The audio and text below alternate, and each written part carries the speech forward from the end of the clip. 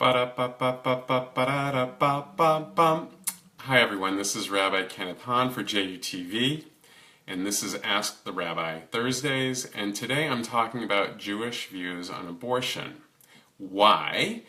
Because a good friend of mine noted that with the appointment and approval of Neil Gorsuch recently, it's very possible we'll be seeing changes to abortion laws in the United States in the upcoming period of time, and she was very curious to know what the current view or what the historical view of abortion law is in Judaism.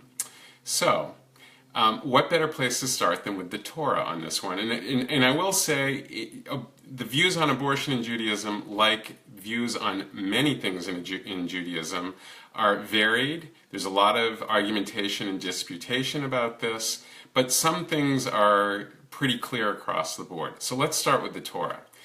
There's actually only one place in the Torah where abortion is really addressed in any way, shape, or form, and that's Exodus 21, verses 22 through 25, where the Torah states, quote, "And if men strive together and hurt a woman with child, so that her child is born, and yet no harm follows, he shall be surely fined. But if any harm follow, then thou shalt give life for life." So there's a couple of things to say about this passage. First of all, there's the interpretation of what does it mean to be born, and rabbis considered that question, and there was, again, argumentation about this, but some thought that the term meant born, live birth, and others meant stillborn, thought it meant stillborn or some kind of miscarriage.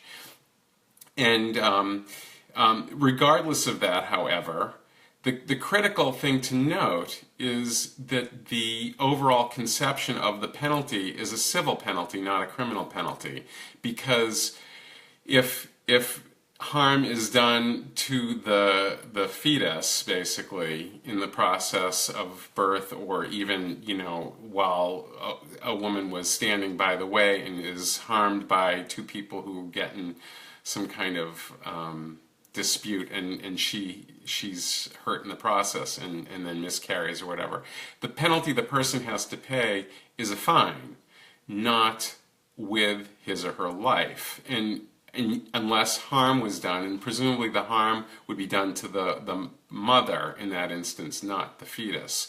So that's a very significant passage that has been picked over many, many times.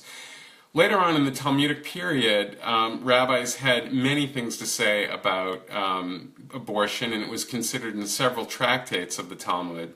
And here are a few things that came out from that type of disputation.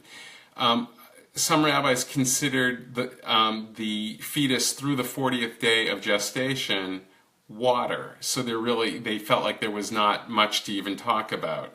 It's very clear in much opinion that there was not the belief that a nefesh or soul entered the fetus until the time of birth. There's a huge distinction in Judaism between the time of birth, and particularly when the baby is crowning at birth, and everything that before that, the development of the fetus before that. So that's also a recurrent theme in rabbinic discussion of abortion.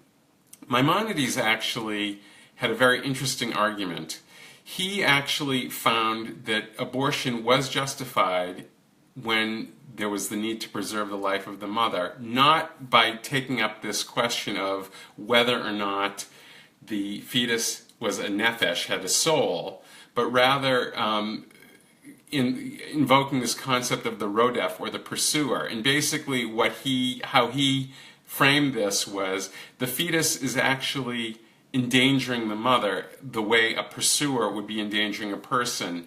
And in that instance, you can take action to save the life of the mother. So, stemming from Maimonides, even the Shulchan Aruch, which is the book that summarizes traditional Jewish practice, made it very clear that abortion was justified in instances where it was necessary to preserve the life of the mother. Now, this all is a bit in contrast to the Noahide laws, the laws that stem from the Torah portion Noah or Noach in the Bible, where it's very clearly stated, "Whoso sheddeth the blood of a man within man, shall his blood be shed." And that phrase has frequently been interpreted, man within man, as a fetus. And that is not Jewish law per se, but that was universal law that applied to everyone. So that law presumably would apply in the Jewish context as well. So you can see it's a very complicated situation. What about the Jewish movements today in the United States? Well, the Orthodox movement still holds to this notion that abortion is justified when the mother's life is at risk. But really that's the extent of their belief typically on when abortion is justified. The other movements, conservative, Reform, Reconstructionists, have very different views. Generally, they consider the emotional well-being of the mother, in addition to the need to preserve her life in a case where her life is threatened, in other instances as well. The Reform movement, perhaps most extremely in this view, also sees the mother as a legitimate moral agent acting on behalf of God. So the Reform movement absolutely lays the decision in the mother's hands as to what the outcome of pregnancy will be. It's important to say that while all the movements agree that that abortion is justified to preserve the life of the mother, they also agree that abortion should not be used as a form of birth control.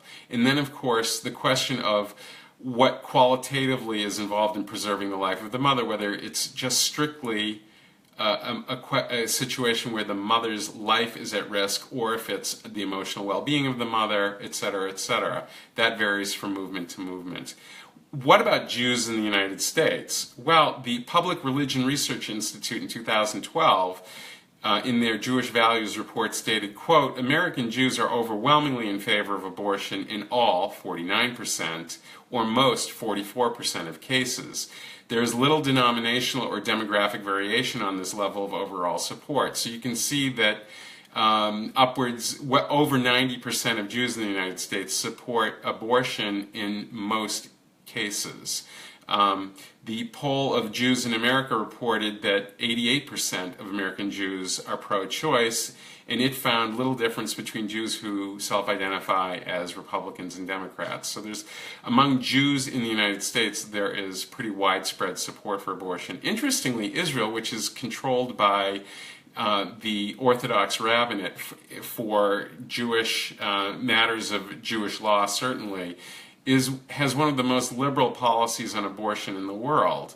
And there is a committee that must approve termination of pregnancy, but they're very lenient in their approval, and the basis on which they approve abortion is if a woman gets pregnant and is unmarried, if she's too young or too old, if the pregnancy was conceived under illegal circumstances,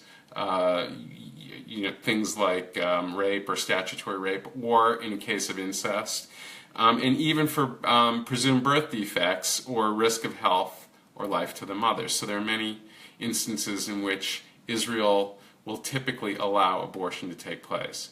So it's not a completely settled question by any stretch of the imagination in Jewish law and consideration, much as it isn't seemingly here in the United States. I hope this has been helpful and informative. If it has, please feel free to share this with your friends. And thank you once again for tuning in to Ask the Rabbi Thursdays, and make sure to tune in next Monday for Music Monday. Lehitraot. Bye-bye.